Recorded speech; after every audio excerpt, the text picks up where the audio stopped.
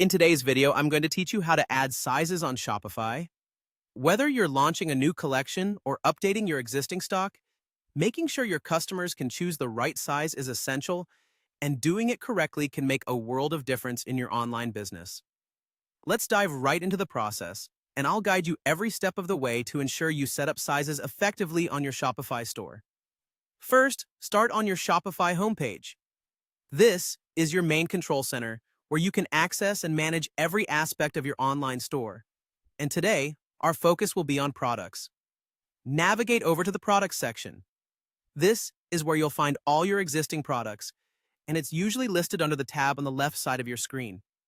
By managing your products here, you ensure that everything related to them, including sizes, is organized and accessible at a glance. Once you're in the products section, you'll want to look into the variants. Variants are essentially different versions of a product.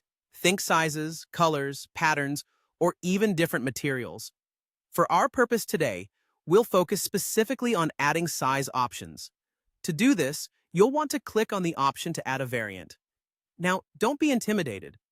Adding a variant is straightforward, and once you get the hang of it, it'll become a natural part of your routine. When you've clicked to add an option, you'll see a field labeled Option Name. Here's where you'll put size. This step is crucial because it lets both you and your customers know that there is a choice to be made when it comes to size, and doing it right impacts the shopping experience positively. After entering size, let's see, you'll notice that a new field appears allowing you to enter the sizes you'd like to offer.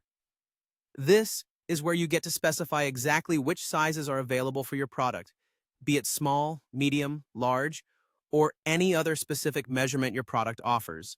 This ensures that your customers have a clear idea of what they can choose from, reducing the likelihood of returns and increasing satisfaction.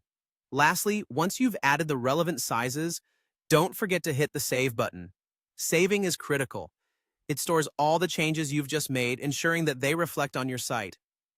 This final step marks the completion of setting up sizes on your Shopify product page, and now your customers can easily select from the sizes you offer.